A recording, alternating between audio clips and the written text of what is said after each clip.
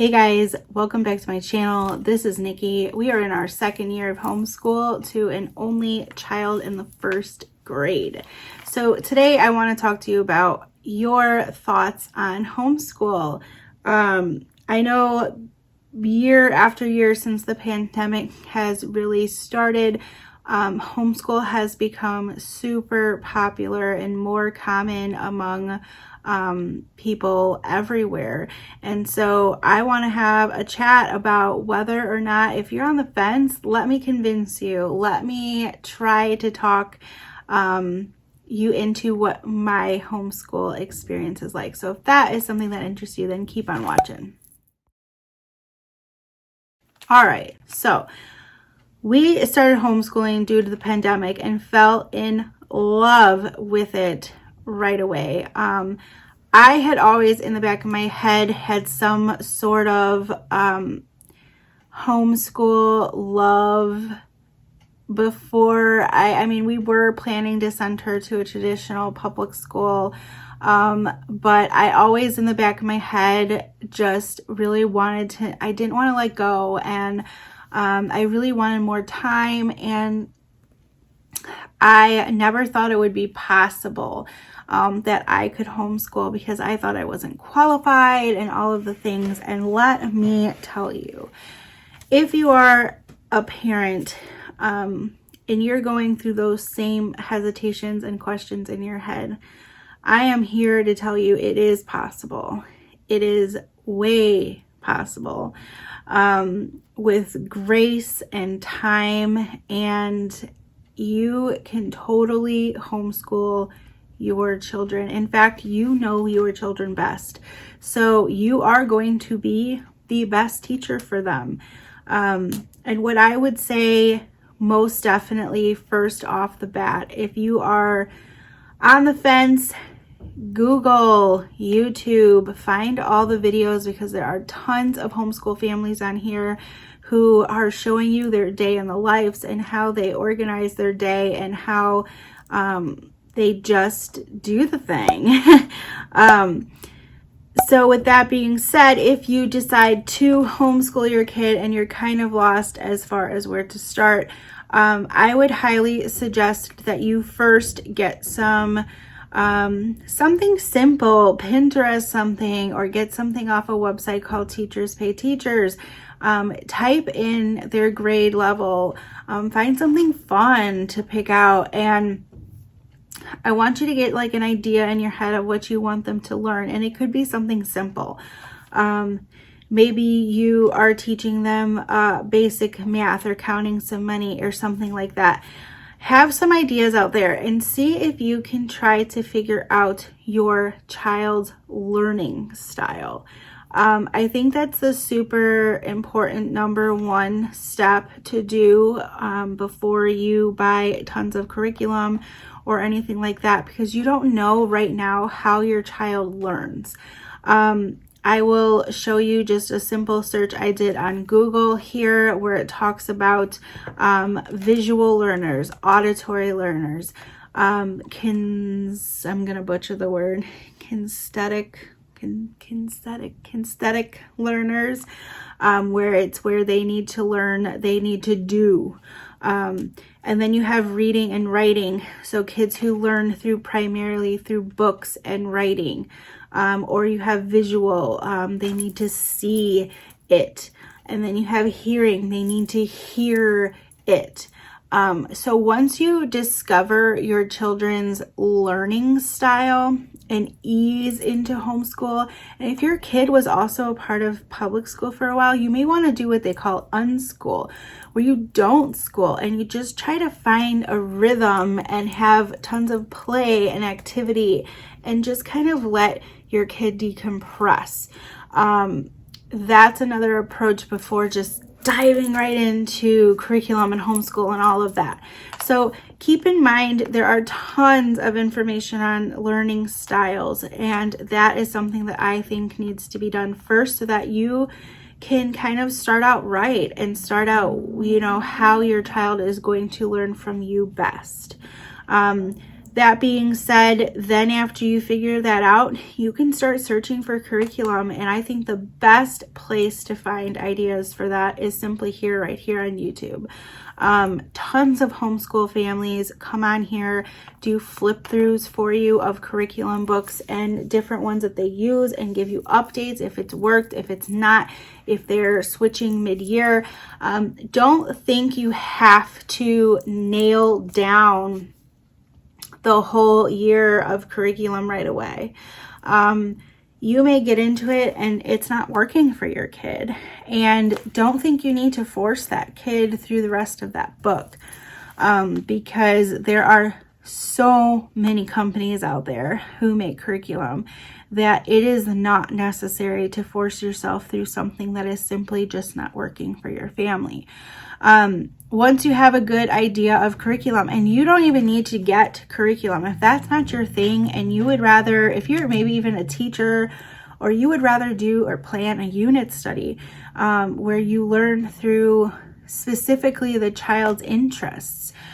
Say your kid is really interested in polar bears right now. Go to the library and get all the polar bear books and get all the polar bear documentaries and stories. And, you know, I'm sure on this website, Teachers Pay Teachers, they have like mini unit studies on there where you can learn about Arctic animals and get your hands in. If you can go to the zoo, if there's an animal specific interest, cater to your children's needs. Now, like I said, this all depends on the laws of your state, which I did talk about in part 2.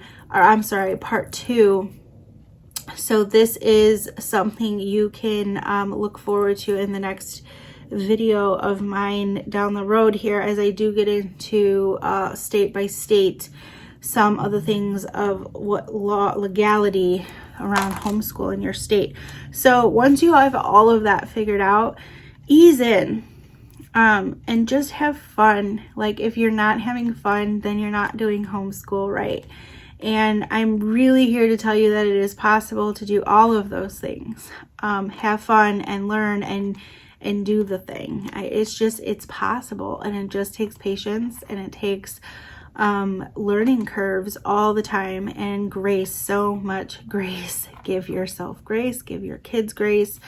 Don't think that you need to mimic a public school classroom. We have this messy space down here. I have the built-ins behind me, and we just have a 6-foot party table down here with a tablecloth on it. And we do have a white board, but it's not necessary, because you can go to the Dollar Tree and get these sleeves where you can just put a paper in here and use dry erase on the sleeves, and it's $1. You don't even need it if you didn't want to. You could just have them write normally on paper, or air write, or so many different ways you can incorporate homeschool on a budget. You do not need a designated space. I know tons of people who have these Instagram worthy, beautiful homeschool spaces, and then they end up homeschooling on their couch. Find where you're going to be comfortable, and that's where I would suggest doing your learning, even if that's on your couch. If your kids are comfortable there and you guys can snuggle together and whatever, then do that by all means. Create the atmosphere that works for you.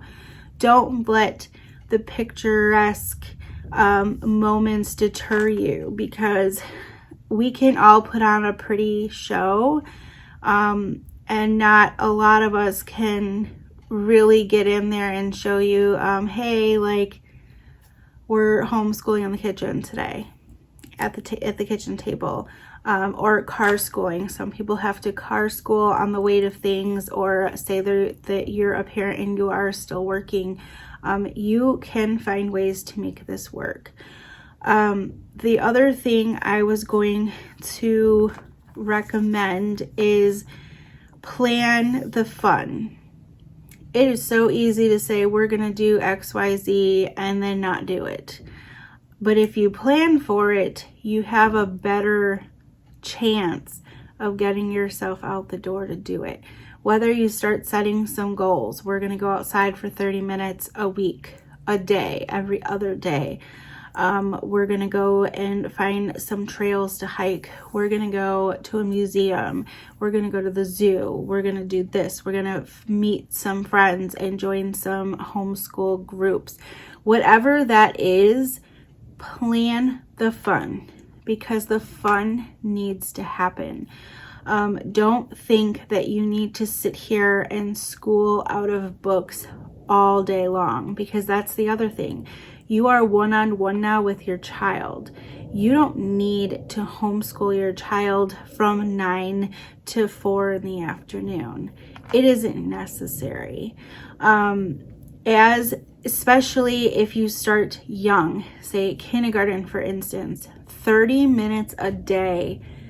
Break it up even if you have to. 30 designated minutes per day is all you need with your kindergartner for homeschool. Play, play, play. I can't stress play enough. They learn so much just by playing, even if it has to be intentional play where you're taking something out and putting it in front of the kid and say, play with this. Some kids need that. Some kids have, it down where they want to do what they want to do when they want to do it. And that's totally fine. If you get up and people are cranky and you think your routine needs to be in the morning, do it at night. Do it in the afternoon. Do it during breakfast. Do it during lunch. It's totally flexible. So as the child gets older, so like for first grade, it's like 30 minutes to an hour. And a lot of the time we're done in 30 minutes. And then we're done, and then we can go on to play or art or all the other fun things. So it's extremely flexible, and I'm here to tell you, you can do it. Curriculum, tons and tons and tons and tons and tons of curriculum choices. You can go to christianbook.com. They have tons of different curriculum suggestions on there. There's master books. There is Good and the Beautiful. There is Abeka. There is Gather Round, which is more geared towards a family style concept of a group of ages. Oh my gosh, there's literally so many. All you have to do is Google it. Google the grade, and then it's very important when you do find a curriculum is you take their placement tests, because a lot of times curriculum you would think that the child, because they've been in public school, that they're in third grade, but say the curriculums can differ for homeschool, and they can either maybe run ahead or behind. And your child may place at a different grade level, and that's okay. If your child is a little bit struggling in math and say did not place into the third grade math, and you think it's best to do the second grade placement test and see where they are there, you want to build their confidence, and that's the most important thing. You want them to learn by enjoying to learn it, not go into something that they're going to struggle with off the bat. So there are tons of placement tests on all of these curriculum websites. It's just about finding where your child fits and seeing what's best. And you can even contact the company most of the time to ask or going to their facts sections on their website. A lot of time they have tons of information there as far as what you should do in case of that situation. Yeah, I think I've nailed just as much as it is for me to plan. I mean, I use YouTube as a huge tool in my planning. I definitely look for the different types of curriculums that I want to do, and then I purchase. A lot of them have free PDFs, so you don't have to purchase. And again, you could totally school just out of the library. So don't think you have to spend tons and tons of money. Homeschooling can get very expensive if you let it.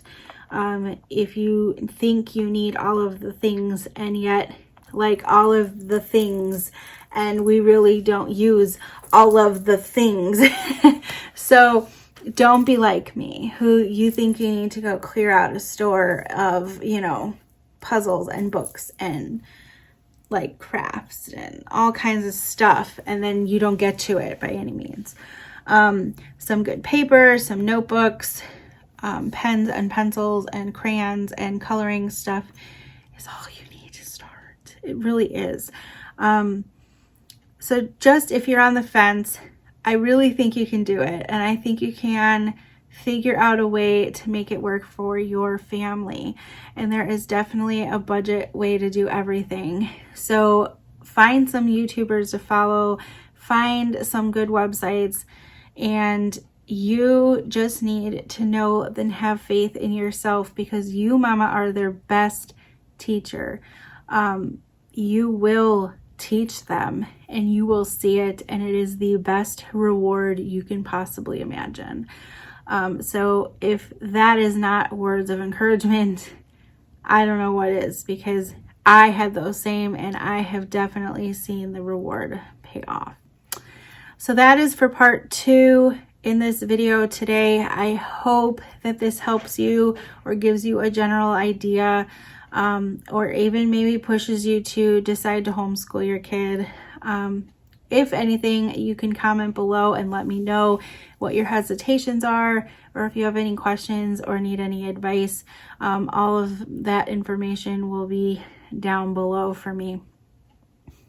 So yeah, that concludes today's video. If you did like it, please give it a thumbs up, hit that subscribe button, as that does help me out. And if you want to hit the bell, it will notify you of any future videos of mine. Have a great day. Bye.